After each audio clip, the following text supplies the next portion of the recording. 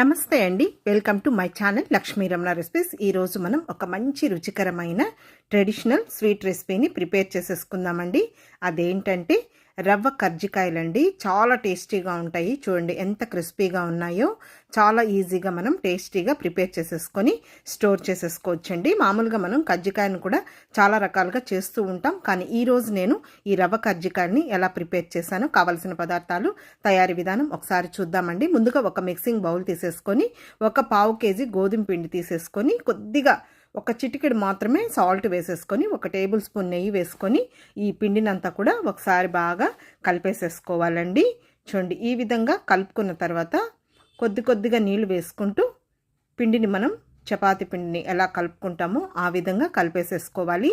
ఒకేసారి నీళ్లు వేసామంటే పిండి అనేది మనకు లూజ్ అయిపోతుందండి. చూడండి పిండిని ఈ విధంగా కలిపి పెట్టేసుకొని కొద్దిగా చేతికి నెయ్యిని అప్లై చేసేసుకొని పిండిని చూడండి ఈ విధంగా కలిపేసిన తర్వాత మూత పెట్టేసుకొని ఒక 5 నిమిషాలు పక్కన పెట్టేసుకోవాలి. ఇప్పుడు స్టవ్ వెలిగించుకొని ప్యాన్ పెట్టేసుకొని ఒక టేబుల్ స్పూన్ నెయ్యి వేసుకోవాలి. ఫ్లేమ్ని మీడియంలో పెట్టేసుకోవాలండి.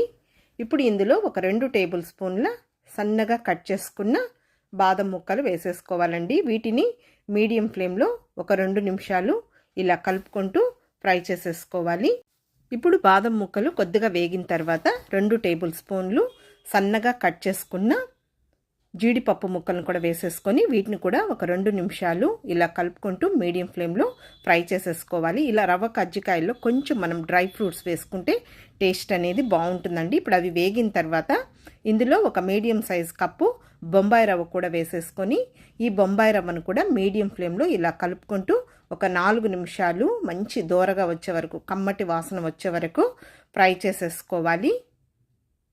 కలుపుకుంటూనే ఫ్రై చేసుకోవాలండి, లేకపోతే మాడిపోతుంది. ఇప్పుడు వేగిపోయింది, స్టవ్ ఆఫ్ చేసేసాను. ఇప్పుడు వేడిగా ఉన్నప్పుడే ఇందులో ఒక మీడియం సైజ్ కప్పు ఎండు కొబ్బరి పొడి కూడా వేసేసుకొని అలాగే ఒక మీడియం సైజ్ కప్పు పంచదార కూడా వేసేసుకోవాలండి. ఇక్కడైతే నేను చక్కెరతో చేస్తున్నాను, మీకు ఇష్టం లేకపోతే బెల్లం కూడా వేసుకోవచ్చు.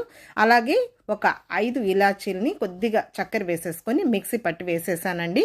లేదు కొద్దిగా ఇలాచీల్ని కచ్చాపచ్చాగా దంచి కూడా వేసేసుకోవచ్చు. ఇప్పుడు ఇదంతా కూడా ఒకసారి బాగా కలిపేసి పక్కన పెట్టేశానండి. ఈ లోపల మనకు పిండి కూడా కొద్దిగా నానిందనమాట. మరీ ఎక్కువగా నానిపోతే కూడా కజ్జికాయలు మెత్తగా వస్తాయండి. కొంచెం క్రిస్పీగా ఉండాలి కాబట్టి ఒక 5 నిమిషాలు మనం రవ్వ వేయించుకునే వరకు పక్కన పెట్టేసుకుంటే సరిపోతుందండి. ఇప్పుడు చిన్న చిన్న బాల్స్ లాగా చేసేసుకొని ఇంకా పూరీ పీట తీసేసుకొని పొడి పిండి వేసేసుకొని చిన్న సైజులో పూరీలాగా చేసేసుకోవాలండి.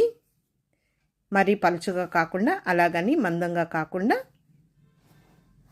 ఈ విధంగా ఉండేటట్లు పూరీలాగా చేసేసుకోవాలి. మరీ మందంగా చేసామంటే మన కజ్జికాయలు అనేది మెత్తగా వచ్చేస్తాయి అన్నమాట.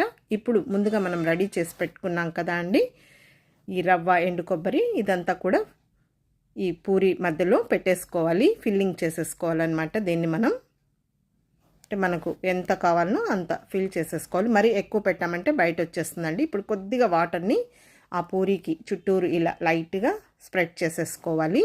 ఎందుకంటే అది బయట రాకుండా మనం ఇలా కొద్దిగా వాటర్తో తడుపుకుంటే సరిపోతుందండి. ఇప్పుడు మనం ఈ విధంగా దీన్ని చేసేసుకొని చుట్టూ అంచుల్ని ఇలా ఒత్తేసుకోవాలి. ఆ ఫిల్లింగ్ బయట రాకుండా.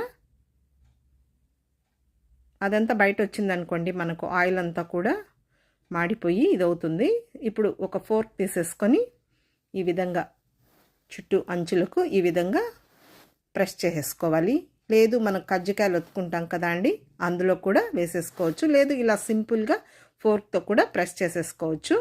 చూడండి ఇప్పుడు మనకు రెడీ అయిపోయింది. ఇదే విధంగా నేను అన్నీ చేసి పెట్టేశానండి. ఇప్పుడు స్టవ్ వెలిగించుకొని ప్యాన్ పెట్టేసుకోవాలి. ఫ్రై చేసుకోవడానికి ఆయిల్ వేసేసుకొని ఆయిల్ వేడెక్కిన తర్వాత మంటని మీడియంలో పెట్టేసుకోవాలి. ఇప్పుడు ఆయిల్ వేడెక్కిందండి. ఇప్పుడు ఒక్కొక్కటి తీసేసుకొని మీడియం ఫ్లేమ్లోనే మనం ఫ్రై చేసేసుకోవాలి. హై ఫ్లేమ్ పెట్టామంటే త్వరగా కలర్ వచ్చేస్తుందండి. చల్లారిన తర్వాత మెత్తగా అయిపోతుంది. సో అందుకని మనం మీడియం ఫ్లేమ్లోనే ఇలా ఒక సైడు కాలిన తర్వాత ఇంకొక సైడ్కి తిప్పేసుకొని ఇలా మంచి కలర్ వచ్చే వరకు ఫ్రై చేసేసుకోవాలి. చూడండి మనకు మంచి కలర్ వచ్చింది. అలాగే క్రిస్పీగా కూడా రెడీ అయిపోయింది. ఇదే విధంగా మిగిలినవన్నీ కూడా చేశానండి. కావాలంటే చూడండి ఈ విధంగా చేతితో కూడా మనం ఇలా కూడా చేసేసుకోవచ్చు. కాబట్టి చూసారు కదా అండి, ఈరోజు నేను రవ్వ కజ్జికాయల్ని చాలా ఈజీగా టేస్టీగా ఎలా ప్రిపేర్ చేశానో. చాలా బాగుంటాయండి. ఈ విధంగా చేసేసుకొని మనం స్టోర్ చేసేసుకోవచ్చు. కాబట్టి తప్పకుండా ట్రై చేయండి. వీడియో మీకు నచ్చితే లైక్ చేయండి, షేర్ చేయండి.